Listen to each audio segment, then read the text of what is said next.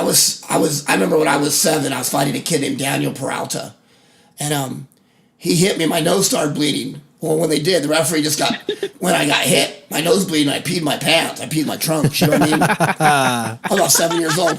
Referee looks. He stops the fight. Next thing you know, we both have ice cream cones. I don't think that's because of the punch. You still do that. That was the first time I ever really got hit. You know what I mean? Yeah. This one, I'm kind of like, this story sounds a little fishy to me, but I mean, hey. I'll tell you what, though. You pee your pants, get a popsicle in the ring. I don't know how this all. Well, I'll tell you what, though. They were the good kind with like the cone, and then the juice would drip down in the little cardboard. You could drink it afterward. Oh, almost kind of like the push-up. Yeah. See, mine was kind of different. Like, when I fought, I ain't gonna lie, I was 8 years old. I went in. My parents did not want me boxing at all, so.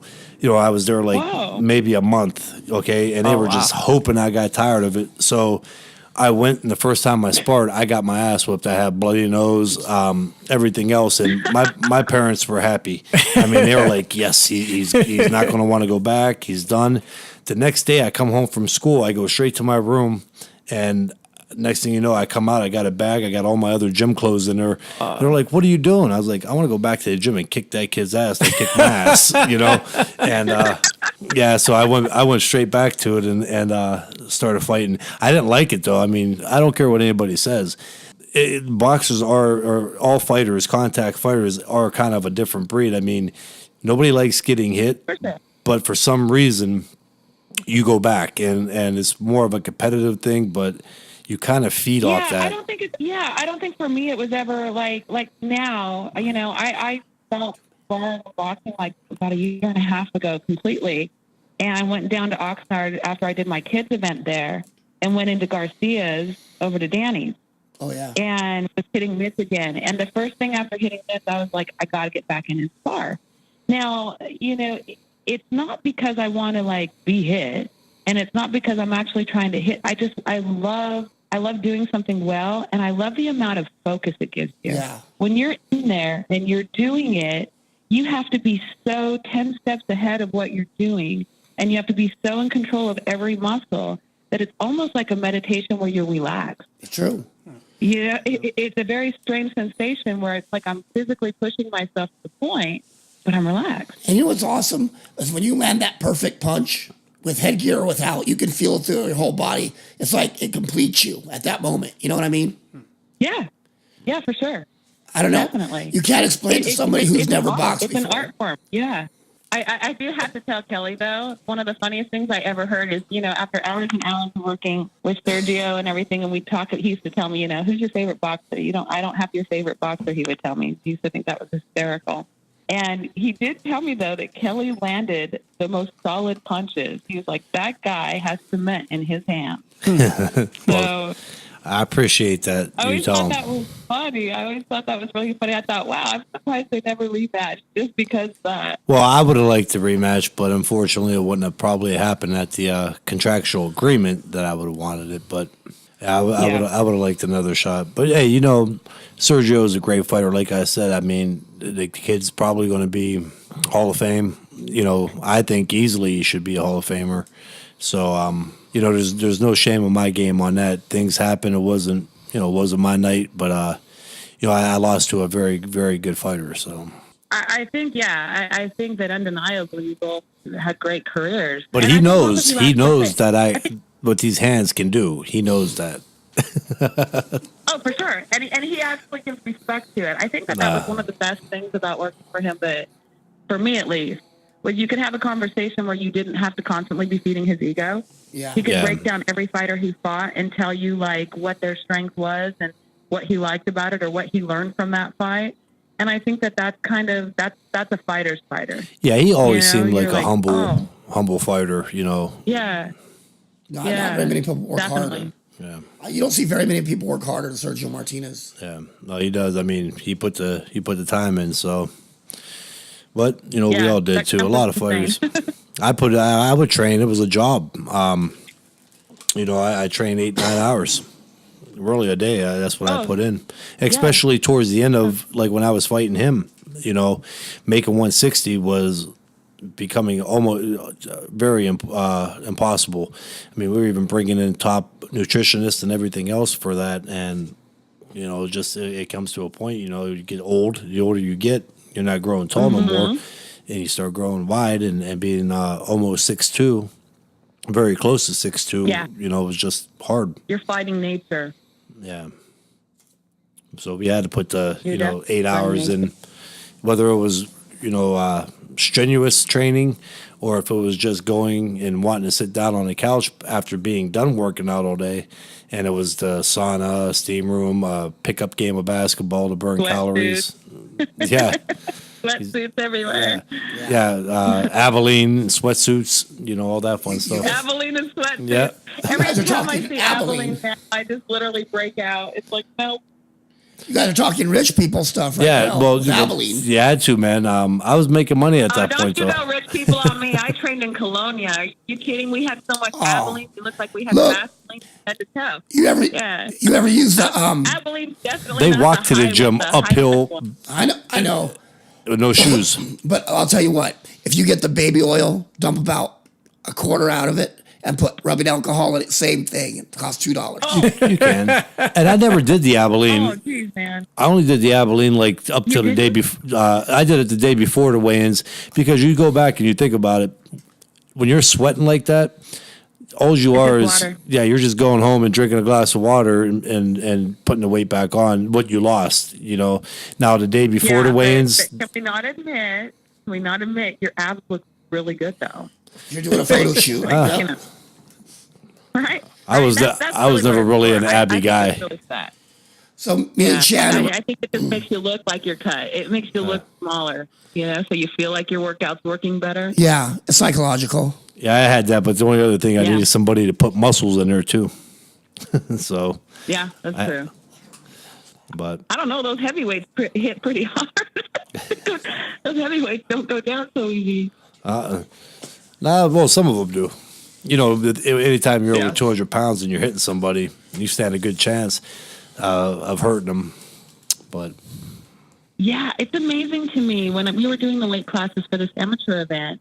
There's like 3 or 4 like heavyweights, and I was just thinking, holy, like, whoa, One of the kids I think weighs in at 245. Jesus. Oh. Big boy. Yeah, and I'm just all, wow. I got a question for you, Shannon. I want to wait and throw it on you last minute to make you uncomfortable. Oh, make me uncomfortable. Let's go. What do you think about the incident that just happened at USA Boxing, that riot? Oh, with that? Yeah. I got to tell you something. Here's my problem with boxing in general, is that goes back to people who shouldn't even be in the sport. Those people aren't invested in the sport. No. Those people aren't emotionally fighters. All the people fighting on those sidelines are parents who are trying to make their children perform so they can live their dream. Yep. Coaches who are trying to make a name so that they can get their ego out there. Exactly. That wasn't between the children.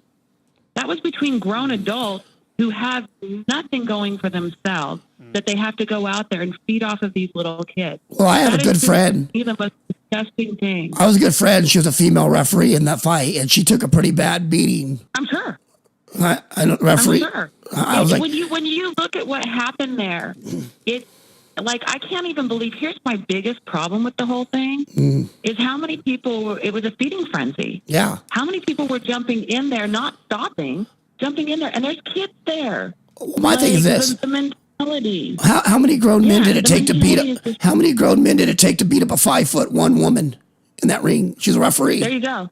There you go. There you go. Exactly. And if you know this woman, and why? If you know this And woman why? if you know this woman like I do, she bends over backwards for these fighters. You know what I mean? I guess the only thing that I got my opinion on that situation is that's sad. I mean, what things are coming to now? I mean, that's just a sad incident. It's not a black eye on boxing.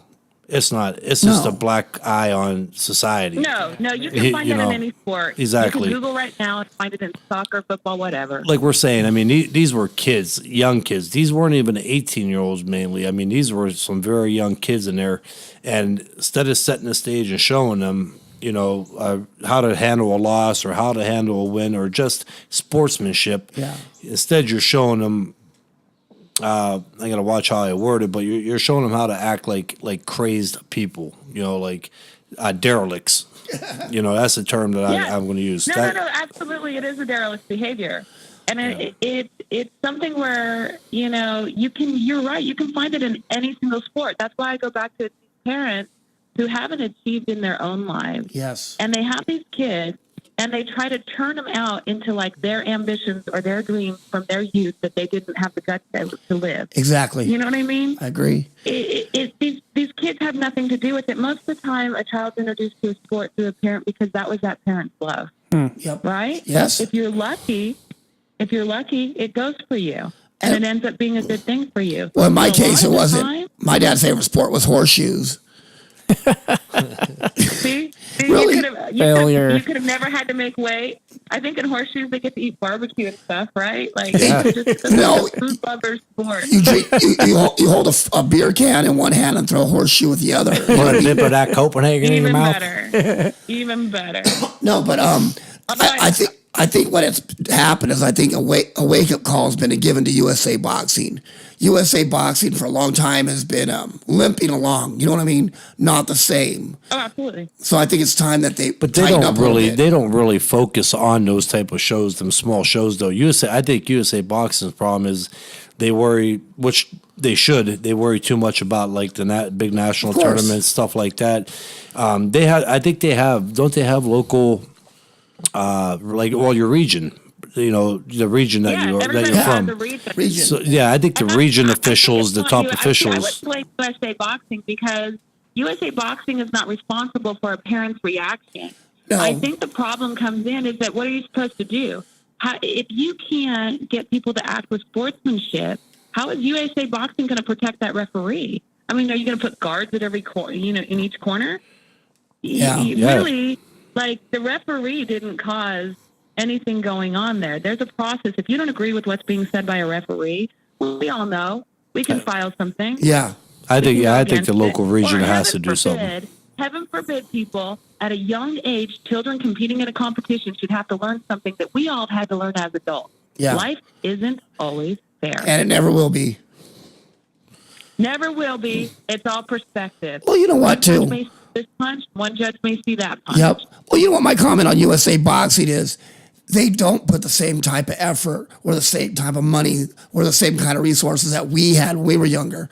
And therefore, you're getting people in the sport that we normally wouldn't last in the sport. Do you know what I mean? Yeah. You can get a kid here. The money's there for the sport anymore. I think that it was easier to focus on boxing when boxing was everything. And I think now that you have all these side shows going on of like the back street, the backyard boxing. Yeah. You have, the MMA, like how many cajillions of MMA different venues are there? You have the people splitting off into the Muay Thais and the martial arts. There's such a larger scope now that every fighting institution is struggling to actually exist. Yeah. So it's definitely not, we grew up there with boxing.